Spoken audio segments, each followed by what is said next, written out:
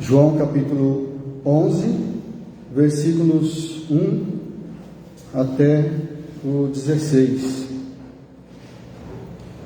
Quando eu era criança, eu e meus amigos costumávamos andar pelos campos, pelos pastos, seguir os córregos, os riozinhos lá no meio do mato, fazendo exploração.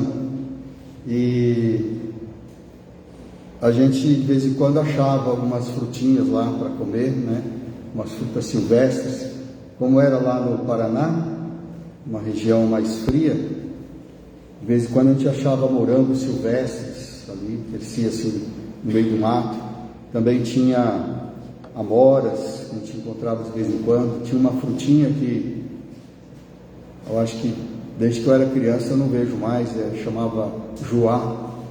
Alguns talvez conheçam, essa frutinha. E também tinha umas frutinhas meio estranhas que a gente achava, umas desconhecidas, e que às vezes a gente ficava com medo de comer, de ser alguma coisa venenosa.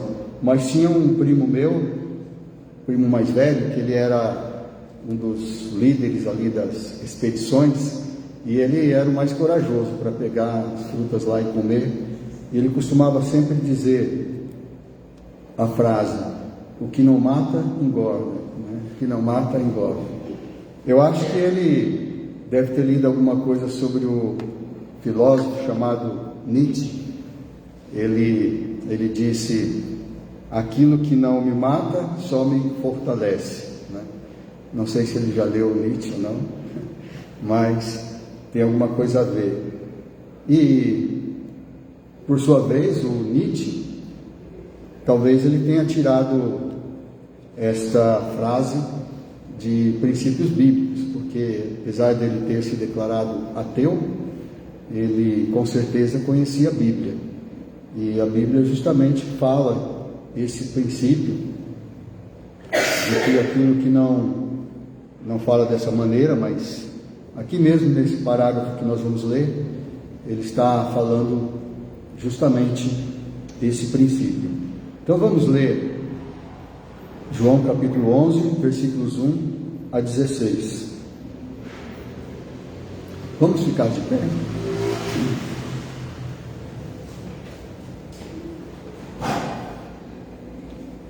Diz assim a palavra de Deus: estava enfermo Lázaro, de Betânia, da aldeia de Maria e de sua irmã Marta. Esta Maria, cujo irmão Lázaro estava enfermo, era a mesma que ungiu com bálsamo o Senhor e lhe enxugou os pés com os seus cabelos. Mandaram, pois, as irmãs de Lázaro dizer a Jesus: Senhor, está enfermo aquele a quem amas. Ao receber a notícia, disse Jesus: essa enfermidade não é para a morte, e sim para a glória de Deus, a fim de que o Filho de Deus seja por ela glorificado. Ora, amava Jesus a Marta e a sua irmã e a Lázaro. Quando, pois, soube que Lázaro estava doente, ainda se demorou 2 dias no lugar onde estava. Depois disse aos seus discípulos: vamos outra vez para a Judéia? Disseram-lhe os discípulos: Mestre, ainda agora os judeus procuravam apedrejar-te e voltas para lá? Respondeu Jesus: não são 12 as horas do dia? Se alguém andar de dia, não tropeça, porque vê a luz deste mundo. Mas se andar de noite, tropeça, porque nele não há luz. Isto dizia depois lhes acrescentou: nosso irmão Lázaro adormeceu, mas vou para despertá-lo. Disseram-lhe, pois, os discípulos: Senhor, se dorme, estará salvo. Jesus, porém, falara com respeito à morte de Lázaro, mas eles supunham que tivesse falado do repouso do sono. Então Jesus lhes disse claramente: Lázaro morreu, e por vossa causa me alegro de que lá não estivesse, para que possais crer. Mas vamos ter com ele. Então Tomé, chamado Dídimo, disse aos condiscípulos: vamos também nós para morrermos com ele. Vamos orar? Obrigado, nosso Deus, te agradecemos por podermos ler a tua palavra, meditar sobre ela. Pedimos ao Senhor que o teu Espírito esteja nos iluminando, para que possamos, Senhor, entender o espírito dessas palavras e a mensagem que o Senhor quer transmitir, aquilo que está em nossos corações, aquilo que nós necessitamos, Senhor, para aprendermos, para podermos mudar em nossas vidas. Pedimos também pelos irmãos que não puderam estar aqui, que tu possas abençoá-los, possa, Senhor, trabalhar em seus corações. Nós te agradecemos, em nome do Senhor Jesus. Amém. Amém. Podeis assentar. Obrigado.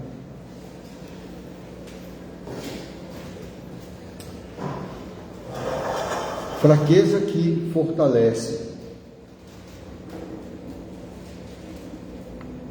Nós encontramos aqui a ideia, nesse parágrafo que nós lemos, de que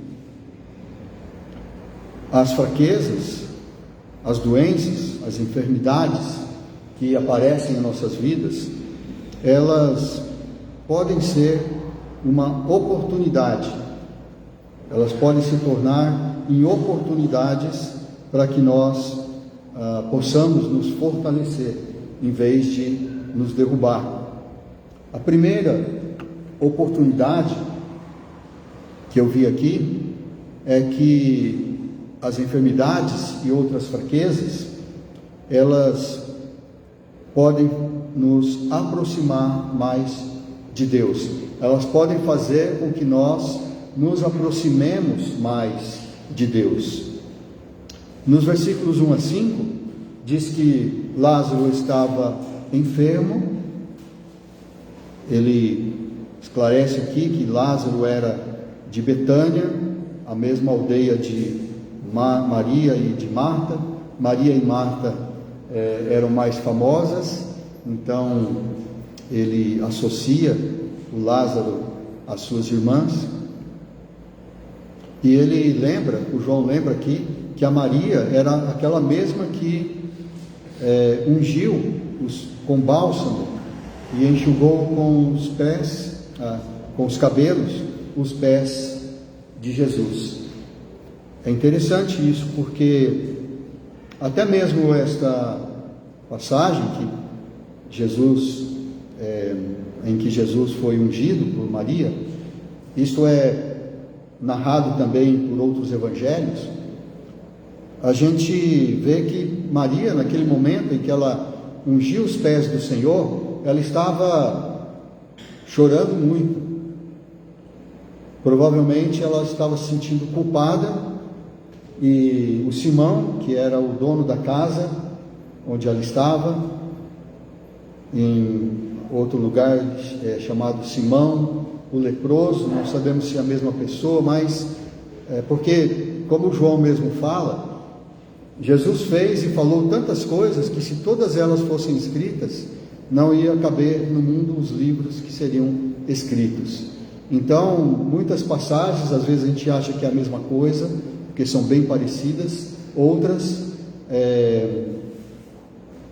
parecem, mas tem alguma diferença. Por exemplo, em algum lugar fala que a Maria ungiu os cabelos, a cabeça de Jesus, em outro lugar diz que ungiu os pés, mas às vezes fez as duas coisas, né? E então a gente não sabe. Mas em outro lugar diz que Simão, existia um fariseu chamado Simão, e esse fariseu convidou Jesus para jantar, para ter um banquete ali, para ter uma refeição, uma festa, e aconteceu aquilo então da Maria ter ido lá e ungido os pés de Jesus. Achamos que é essa própria Maria. Se for isso, se nós estivermos certos ao pensar assim, então Simão provavelmente era o pai ou o tio, ou o avô, alguma pessoa de autoridade naquela casa onde moravam todas essas pessoas, a Maria, a Marta, o Lázaro, e era de Betânia. E também sabemos que Simão era leproso, e havia muitas pessoas leprosas naquele tempo, e antes e depois também, mas um leproso que era pobre era diferente de um leproso que é rico. Tinha até um rei de Israel que ficou leproso, mas ele ficava lá numa casa isolada, mas ele não ficava como os outros leprosos, né? Pedindo esmolas ou coisas assim, dependendo de esmolas. Mas o fato é que a Maria, ela amava muito o Senhor, e ou ela era culpada de alguma coisa, ou ela estava se sentindo culpada e fez aquilo, esse ato de ungir a Jesus. Então isso é lembrado aqui.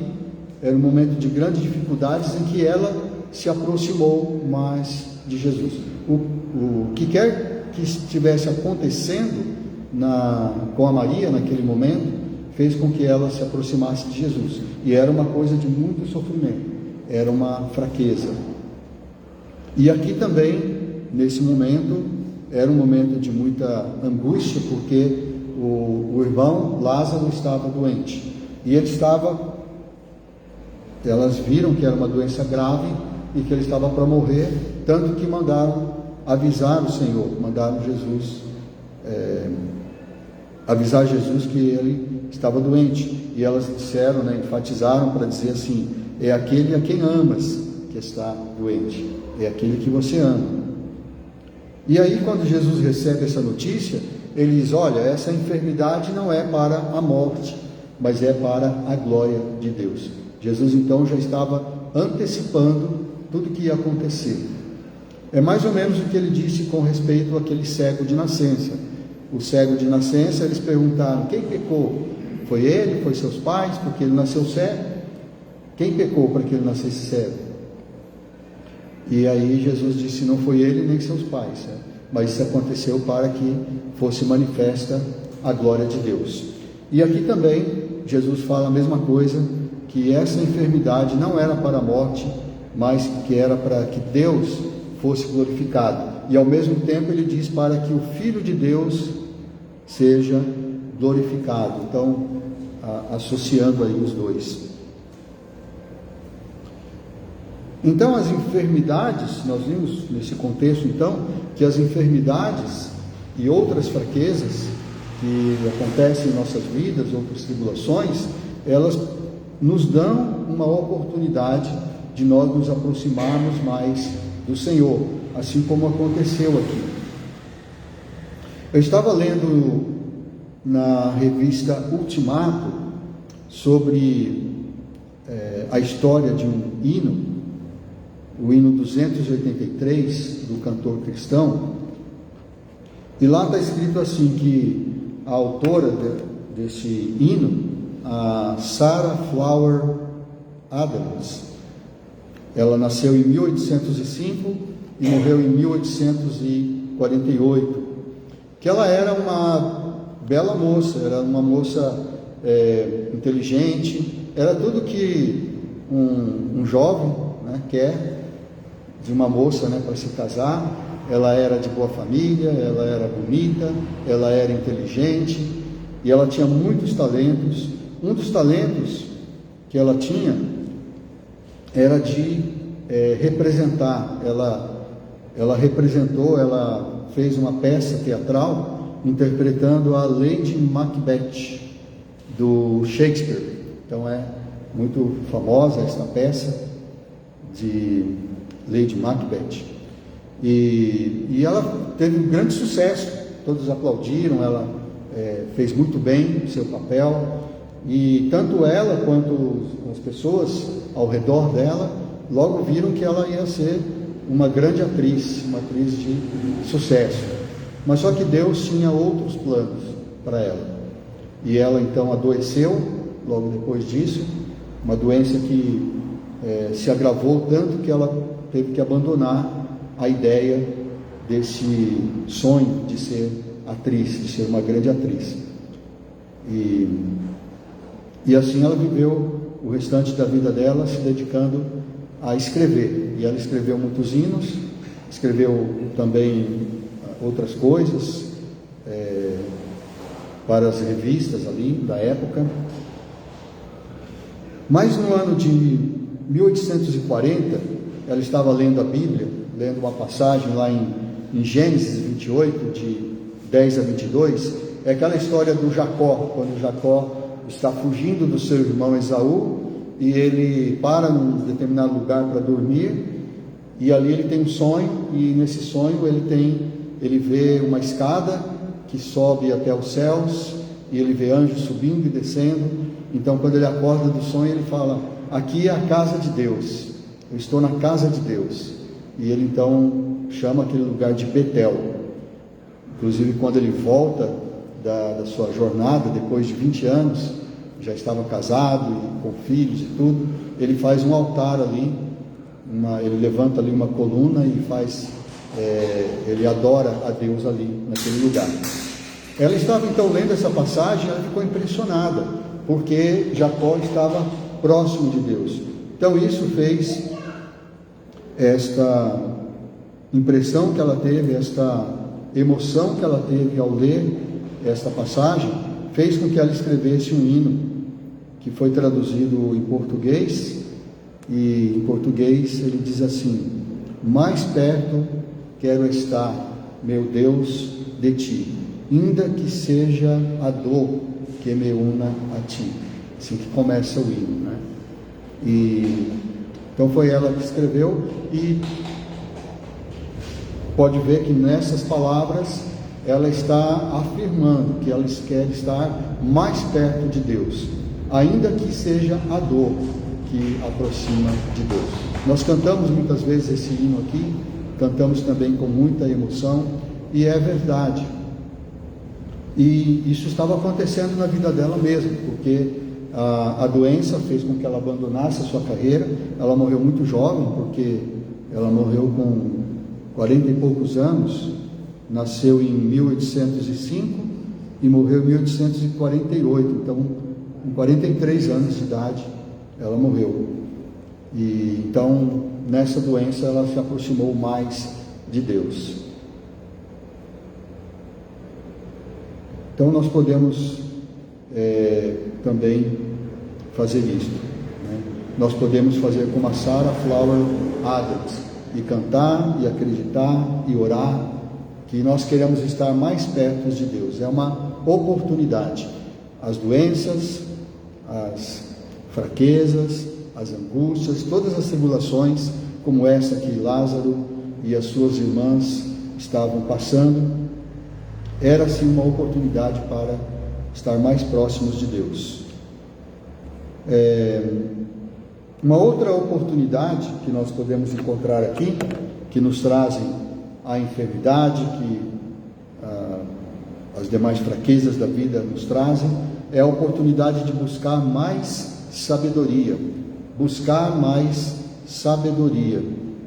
Nos versículos 6 a 10, a gente vê que quando Jesus recebeu lá os mensageiros e ficou sabendo que Lázaro estava doente, lembra que Jesus ele estava lá além do Jordão, é isso que nós lemos no último parágrafo. Ele tinha tido aquela discussão com os judeus pegaram em pedras para apedrejá-lo, aí ele se esquivou e ele então foi para longe, ele saiu dali de Jerusalém para evitar aquela tensão, e ele foi lá para o outro lado do Jordão, no deserto, onde João batizava, e onde ele mesmo foi batizado por João. Então era ali que Jesus estava, naquele lugar deserto. E quando ele soube, então, quando ele recebeu essa notícia, ele ainda ficou lá, ele não foi imediatamente, ele ainda ficou lá mais 2 dias, ele se demorou mais 2 dias. E aí, passando então esses dias, ele falou para os discípulos: vamos voltar outra vez lá para a Judéia. E aí os discípulos protestaram, falaram: mestre, os judeus agora há pouco estavam querendo te apedrejar, e você vai voltar para lá? E aí Jesus falou, é que o nosso amigo Lázaro, ele adormeceu, e eu vou lá para despertá-lo. E os discípulos pensaram que ele estava falando do repouso, do sono normal, e eles falaram, mas Senhor, se ele está dormindo, ele está bem, né? Deixa ele lá dormindo, né? Vamos ficar quietinho aqui, porque os judeus querem te apedrejar, e vão apedrejar nós também, né? Esse é o pensamento deles. Então, mas Jesus aproveitou esta oportunidade para ensiná-los. Ele então disse para eles, olha, não são 12 as horas do dia? Se alguém andar de dia, ele não tropeça, porque ele vê a luz.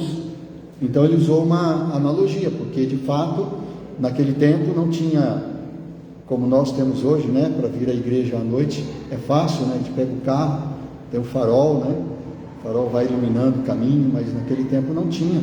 O máximo que eles tinham era uma lamparina, eles chamavam de, como que eles chamavam, lanterna, eles chamavam de, tem um outro nome que eu não estou lembrando, mas era isso, né, uma lamparina que eles levavam, mas era muito fácil eles tropeçarem nas pedras ali, então era perigoso, então era melhor viajar de dia.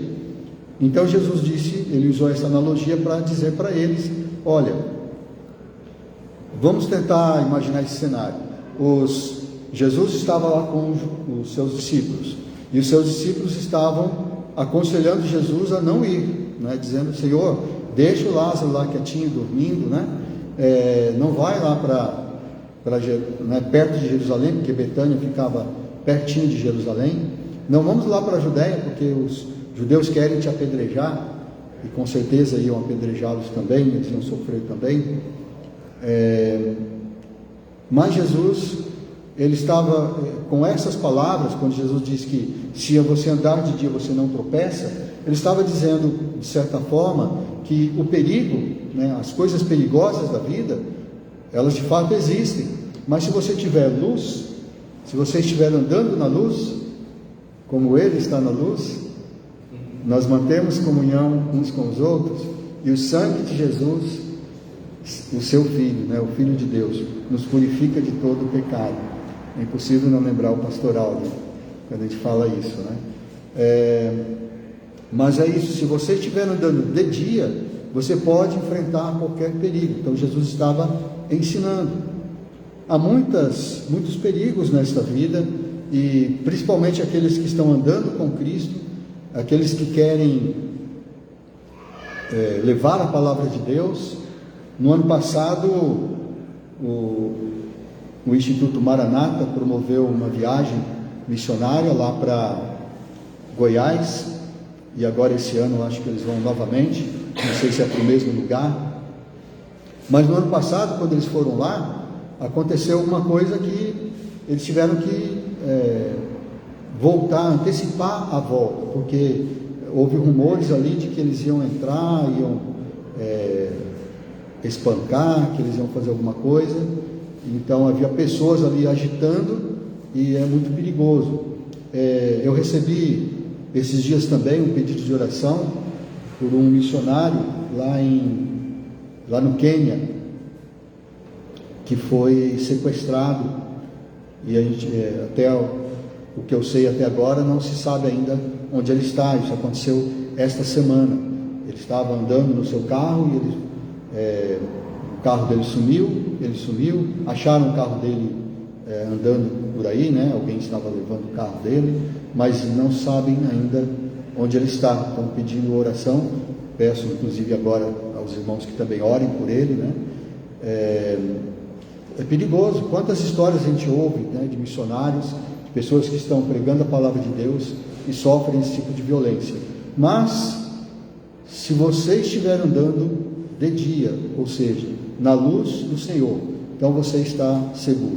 Mesmo nós não sabemos o que aconteceu com esse missionário, mas mesmo que ele tenha sofrido, a gente sabe que ele estava, até onde a gente sabe, ele estava andando na luz. Então Deus está cuidando dele de alguma forma. Então é uma oportunidade para nós aprendermos, para nós adquirirmos conhecimento, para nós buscarmos mais sabedoria. Tem um ditado popular que fala assim: gato escaldado tem medo de água fria, né? E tem outro também que fala que um cachorro que foi mordido por cobra, ele tem medo até da linguiça, né? Então, isso é verdade, né? É um ditado popular, são ditados populares, e os ditados populares, eles são,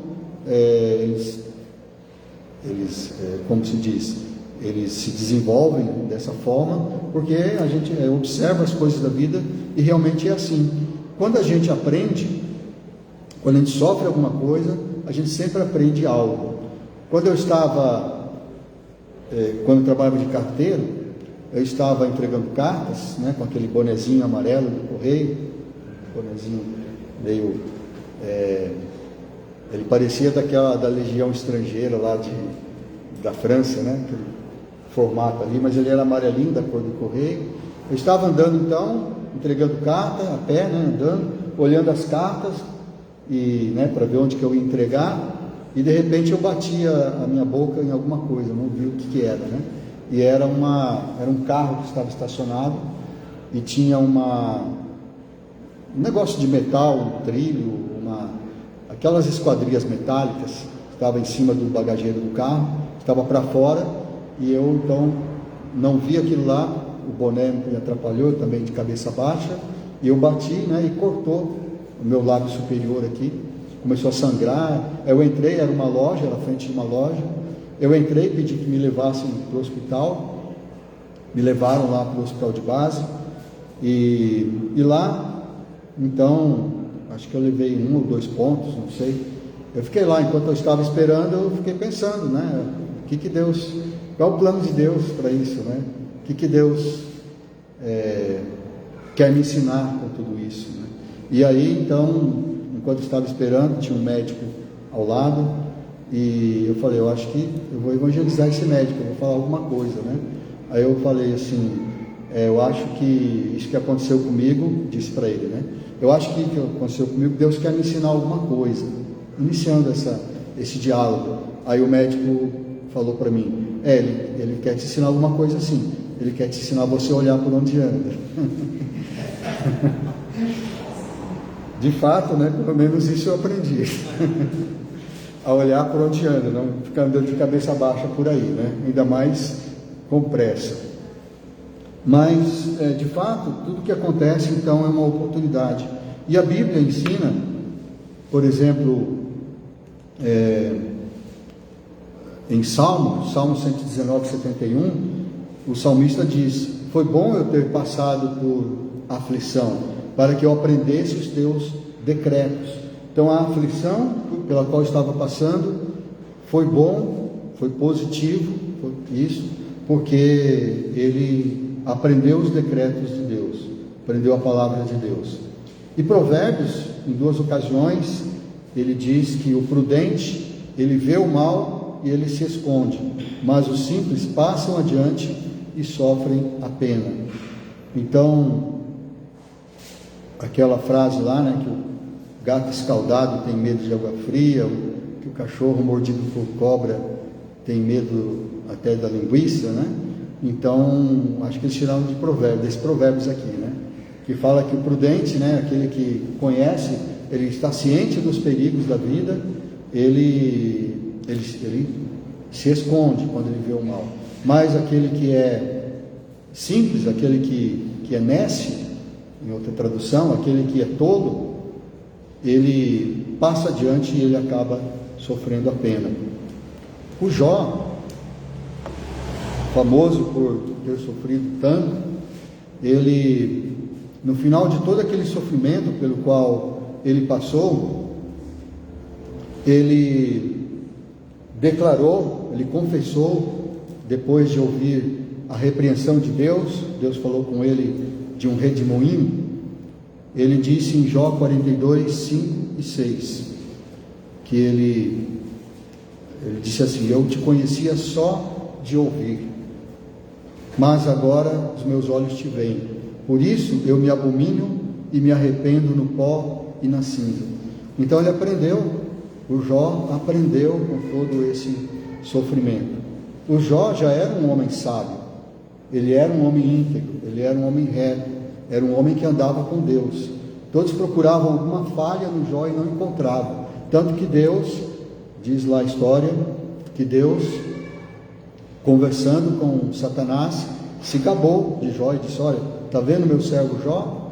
Olha só, não tem nenhum na terra que é mais reto do que ele, que anda nos meus caminhos. E aí o Satanás então incitou aquele sofrimento todo no Jó, dizendo que com todo esse sofrimento ele ia abandonar a Deus, ele ia blasfemar, e isso não aconteceu, para a glória de Deus. E Jó então, mas passando por tudo isso, Jó ficou ainda mais sábio. Ele ainda aprendeu, ele aprendeu que ele conhecia Deus só de ouvir, mas agora seus olhos ouviam, e pelo fato dele ter visto, ele entendeu, ele olhou para si mesmo e viu que ele não era tão justo quanto ele pensava, não era tão íntegro quanto ele pensava, que faltava alguma coisa. E ele diz: por isso eu me arrependo, eu me abomino e me arrependo no pó e na cinza. É isso que Jó disse. O Tiago, na sua carta, procura consolar e animar os irmãos que estavam passando por sofrimento, dizendo que era para eles se alegrarem. Alegrem-se, porque se vocês passarem por várias provações, que a provação da vossa fé, uma vez confirmada, ela produz perseverança, e assim vocês podem ser íntegros. A perseverança deve ter ação completa, e aí vocês vão ser íntegros, em nada deficientes. Aí ele diz no versículo 5: mas se alguém necessita de sabedoria, peça a Deus, que a todos dá liberalmente, e nada lhes impropera. Então, nesse contexto, Tiago, falando ali do sofrimento, ele diz: olha, você precisa de sabedoria, é para se alegrar, porque você está passando por isso, e isso vai te trazer bons frutos, mas você precisa de sabedoria. Se você necessita de sabedoria, se você não tem, peça a Deus, que a todos dá liberalmente e nada lhes impropera. Depois ele continua dizendo que é para pedir com fé, em nada duvidando, que o que duvida é semelhante à onda do mar, impelida e agitada pelo vento. Então é uma oportunidade de nós buscarmos mais sabedoria. Uma outra oportunidade que encontramos aqui, nesse parágrafo, que nos traz, quando passamos por enfermidades e outros tipos de fraqueza, é que nós podemos exercitar a nossa fé. Então é uma oportunidade de exercitar a sua fé. Quando você passa por enfermidades, quando você passa por todos os tipos de fraqueza. Nos versículos 11 a 16, Jesus continua falando: nosso amigo Lázaro adormeceu, mas eu vou lá para despertá-lo. E aí então os discípulos, eu já adiantei essa passagem, dizendo: Senhor, se ele dorme, ele está salvo. E aí Jesus então abriu o jogo, Jesus falou claramente: Lázaro morreu. E aí eles entenderam, porque eles estavam pensando antes que Jesus estava falando que ele estava dormindo. Mas aí Jesus disse: então, vamos lá, então, para voltar lá para a Judéia. E Jesus diz assim, depois de dizer claramente que Lázaro morreu, ele falou: eu me alegro porque isso aconteceu, me alegro porque ele morreu e eu não estava lá. Os discípulos talvez ficaram espantados, mas o que é isso, Senhor, se alegrando porque seu amigo, aquele a quem tu amas, morreu e tu não estavas lá? Mas Jesus disse um motivo. Ele disse: olha, eu me alegro porque assim vocês vão poder crer. O que vai acontecer depois disso vai ser positivo, vocês vão poder crer. E aí o Tomé, ele tomou a palavra e ele disse, então, vamos lá também, falou com os outros discípulos, vamos lá também para nós morrermos com ele. O Tomé, chamado Dídimo. Tomé, eu acho que ele tinha um irmão gêmeo, por isso que ele era chamado Dídimo. Dídimo significa duplo, né? Ele era dois, né? Tinha alguém parecido, muito parecido com ele, então eles costumavam chamar Dídimo, né? Quando ele tinha um irmão gêmeo. E o Tomé, ele é um pouco injustiçado na Bíblia, não é? As pessoas falam, Tomé é aquele que só crê vendo, né? Ele tem que ver para crer, né? Mas aqui o Tomé, ele mostra aí uma fé, não é? Uma fé firme. Ele disse, vamos lá também, nem que nós vamos morrer com Jesus, vamos lá. Chamou a turma, né? Vamos lá. Chamou eles à responsabilidade. Vamos lá acompanhar o mestre. Se ele morrer, nós vamos morrer com ele. Então, Tomé também era um homem de fé. E aqui, então, era uma oportunidade, tanto para Tomé, quanto para os outros discípulos, exercitarem a sua fé. A enfermidade não era com eles, mas ia afetá-los, porque eles iam ter que voltar num ambiente perigoso, onde os judeus queriam apedrejar Jesus, e eles estavam com medo, certamente, do que ia acontecer, mas eles exercitaram a sua fé. E Tomé, então, disse, vamos lá também para morrer com ele. O Paulo falou bastante sobre enfermidades e outras fraquezas.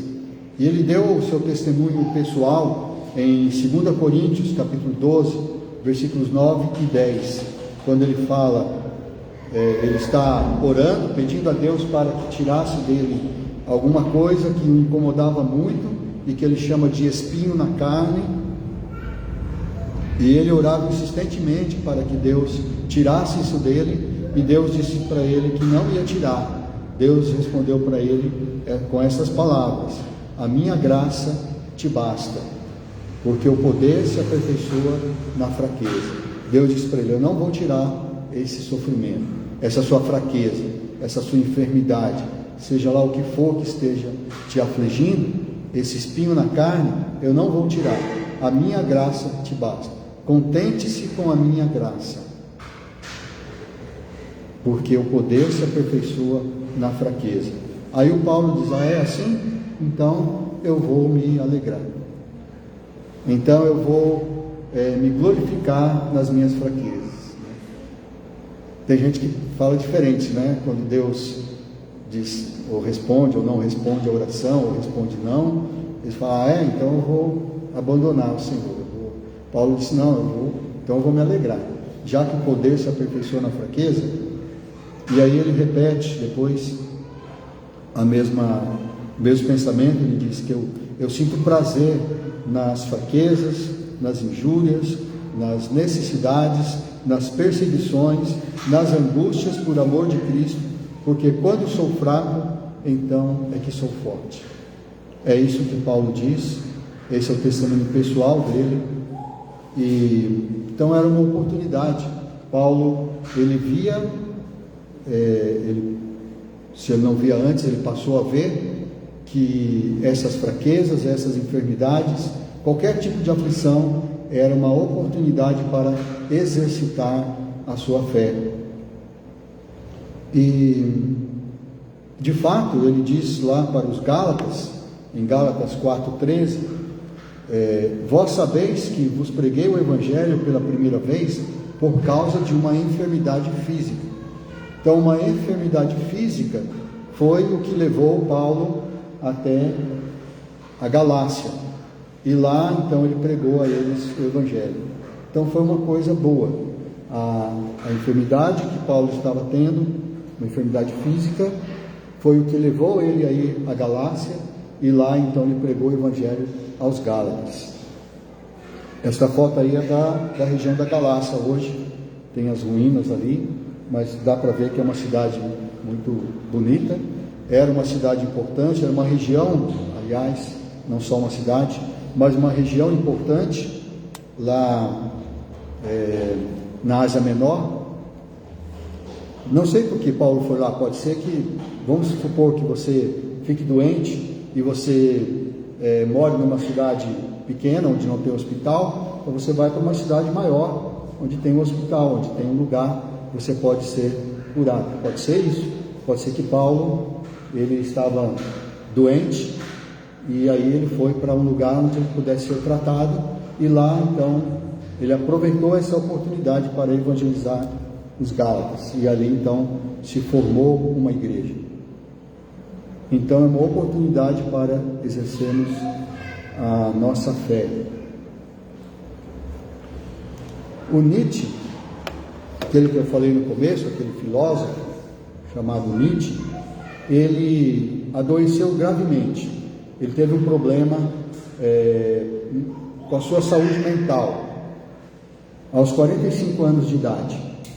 E essa doença que ele teve,